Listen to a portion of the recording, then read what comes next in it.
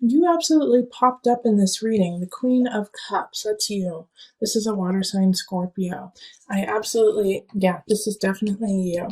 And then we have this King of Staffs up here, and this is a fire sign, Leo, Sagittarius, Aries. And there's a disconnect there. All right, so for those of you, I do feel like almost a sexual tension between the two of you. I feel like there's this rift going on, like you guys can't be together, but you want to be together. And so explore this a little bit and see like what context it is when it comes to relationship and in work, because the Six of Swords is moving on, and so I think at the beginning of November you're going to have this feeling, this impetus to push through on a job, but also I feel like some of you guys just feel like you need to move on with people in your lives and like let go of some people. We have the Two of Cups in reverse. And so this is kind of a break away from people that you hold dear in your life. And it's also a disconnect too. And this disconnect is definitely connected to the Seven of Swords. And Seven of Swords is it's a sneaky Pete. It's someone taking something from you, feeling lost, feeling like you don't have enough because somebody else has it. And so these two are linked together, and it's like almost the cups are dripping down into the swords. And so I do feel like if you are in a relationship with a Leo sign, there is going to be some deceit. There's going to be some situations where everything's not out on the table and you don't know exactly what's going on. You don't have the full story, and they're kind of feeding you these niceties, sweetness, and it's all a lie in a way. And so what you're going to have to really do is dig deep, Scorpio, which is easy for you because you're coming into your own judgment. You've got to use what you know. Okay, judgment popped up for the energy coming in from October. You got to listen to your heart. You instead of talking yourself out of yourself in a way. It's like, no, maybe I'm overreacting. No, maybe they are not cheating on me. Maybe they didn't steal my car. Let me just give them a chance. And you're trying to talk yourself out of something you just know to be true. And you're like, I can't be that. I don't want to be a jerk about the situation. I don't want to be an ass. Like I'm always that person. Like I can feel like Scorpios being like, I don't want people to think I'm always that person, who accuses people or is a little more harsh, uses stronger wording. But Scorpio, you're just speaking the truth, right? Sometimes people don't want to hear the truth. So just speak clearly, speak that tongue, speak the tongue of truth. Because you see something going on and it's right. And the hermit is like, shine light on that. Shine light on what you know, even though it's going to be hard to say. Because in the Four of Pentacles, it's also here, Four of Pentacles. You're starting to realize that what you wished for, what you wanted out of this situation, and I do feel like it is a love relationship or a very close relationship of some sort that is kind of going wonky. Like what you put into it, what you're like, you know what, I want it to be white picket fences, 2.5 kids. I want us to get married on the beach and then we're going to go to Italy afterwards. Like all of these things that you put on this relationship aren't needed and aren't what's going to make you happy anyways. And so that illusion that you had created with this person, this King of Staves, and even though they're in the upright, like they're doing what they need to, they feel like they're doing just fine. Oh, Scorpio, here's another situation too that Spirit just actually threw at me, is that, okay, I'm getting all over the place. Hold on, let me go back.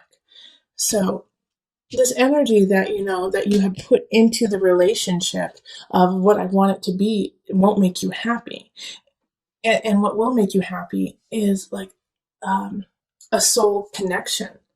And here's the thing about this King of Staves right there, is that they're in the upright, like I was just saying, they're in the upright, so they're doing really, really well. And maybe they have done some things that are awry.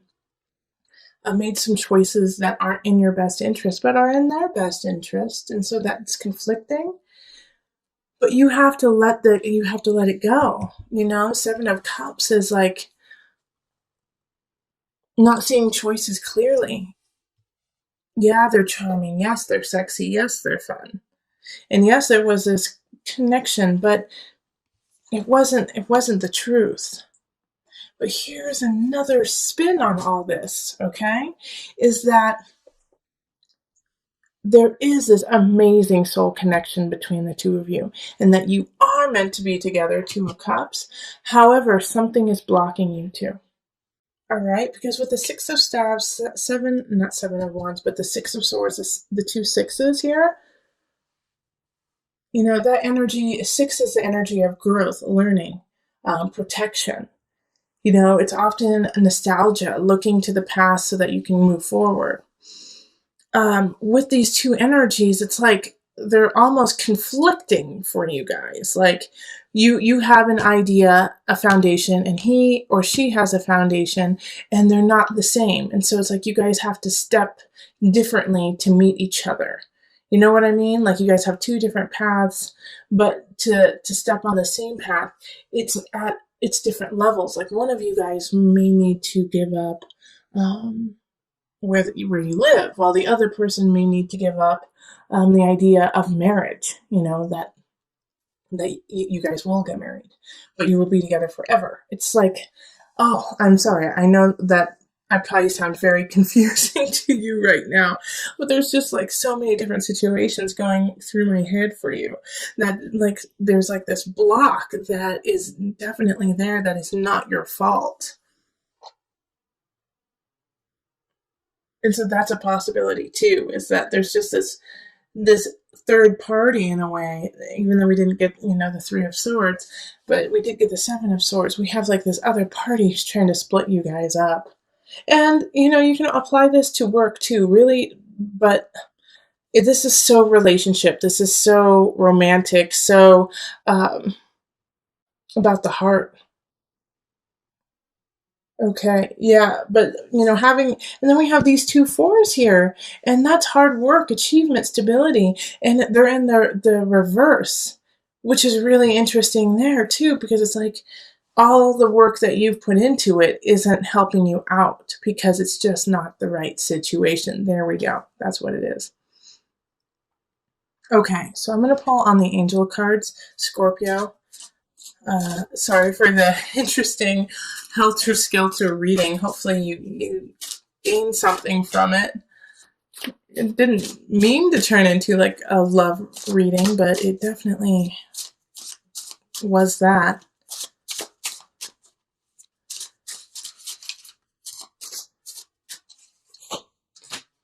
Okay, River, Surrender. Another sign got this. I'm not sure which one, but another sign did get this. Surrender.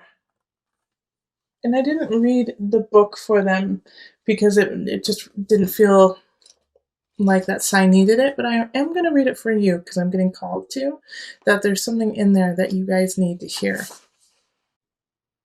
Now, these cards are actually based on mothers, but that's why I love it, is that we all nurture and we all have a mother within, so come at it from that perspective. All mothers are well versed in going with the flow. Do you bend or do you break? For some, flexibility may come easily. It is a practice in shape shifting. For others, it can feel like a relentless assault on one's sense of self. If you have chosen River, take stock of your relationship to the laws of surrender. River symbolizes the journey of life, from her birth as a mountain stream until she merges once again with the ocean. River sings a timeless story of movement and change. All right, so I'm going to read just a little blurb, another thing. River's wisdom says to follow the path of least resistance. She flows over rocks and around mountains. She takes the shape of each new landscape she enters, but over time, she also shapes the land. Okay, so that's so... Okay, yeah. Six of Swords is like, let's move on, Scorpio. This relationship is stagnant and you are no longer growing and perpetuating yourself in it. So step back, find your light, understand that there are other energies that you don't know the whole truth about, which are actually not working in your favor.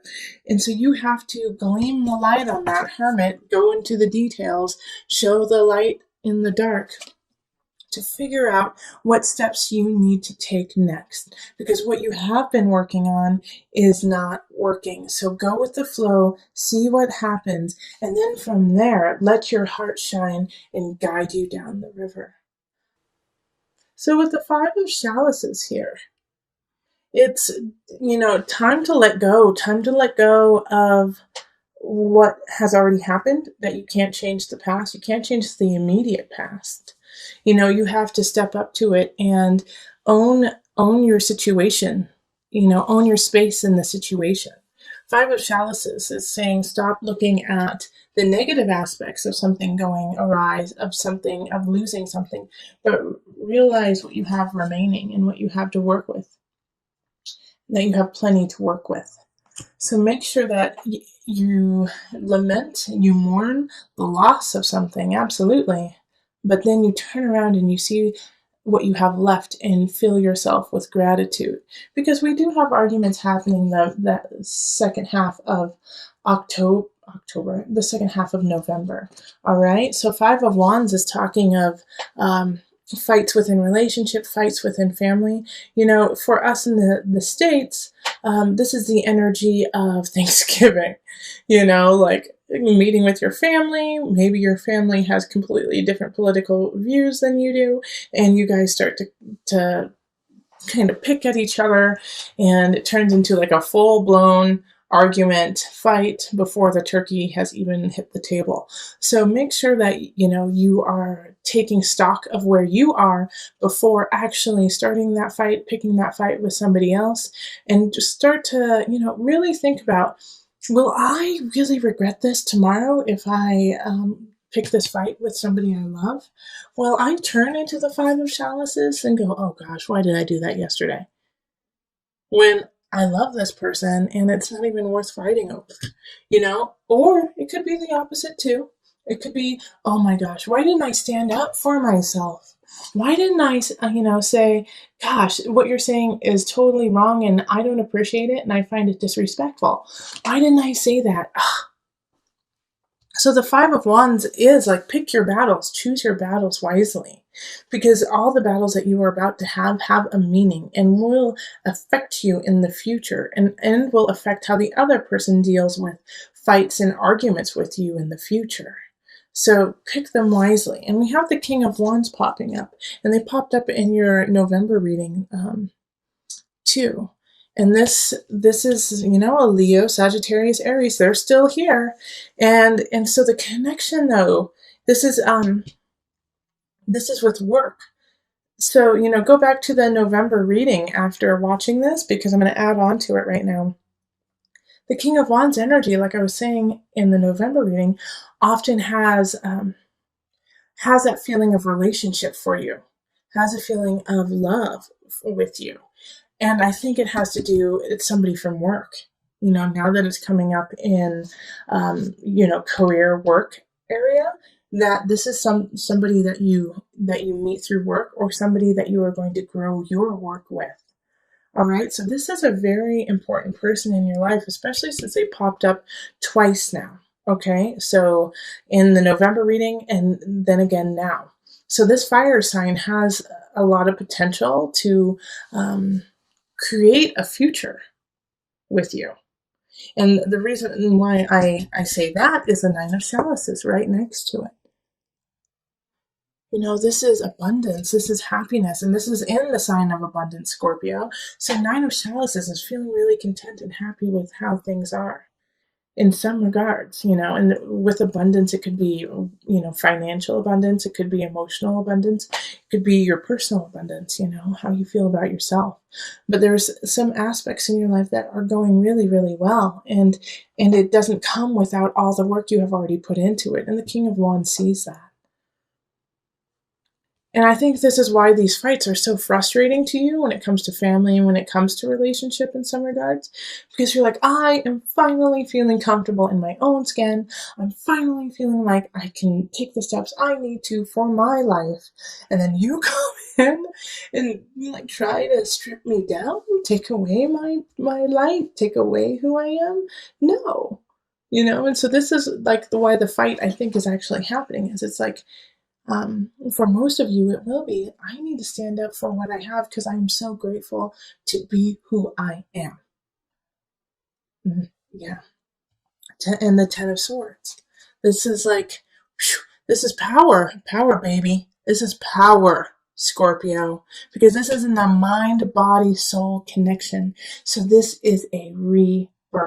You have to let go of an aspect of yourself. And I really feel like it has to do with what I just said, is that you're like, no, I am coming into my own, and you may not like it, you may not find it comfortable, but I'm not here to make you comfortable. I'm here to live my truth. And if you find that uncomfortable, then that is a personal problem, not mine. Right, Scorpio? This is where we need to be. And if you're not there, we got to work to get there. And there's a fire sign who has your back. Yeah, Ten of Swords is powerful in mind, body, soul connection. You're releasing some of your own self-doubts, your own worries, so you can come up into your light, shining brightly. That is so awesome. I am going to put a little disclaimer with this because it is the Ten of Swords. Change and growth, they call it growing pains for a reason. So don't back down if you start to get those growing pains, okay? You're just growing. So we're going to call on the angel deck for some added guidance. You are profoundly clairvoyant. Trust what you see in your mind's eye as well as your physical sight, for your spiritual vision helps you with healing, teaching, and guidance. All right. Power, baby. Ten of Swords, you are profoundly clairvoyant. Letting go, rising from the ashes, stronger, better than ever. Listen to your intuition, listen to your heart, and the body will follow.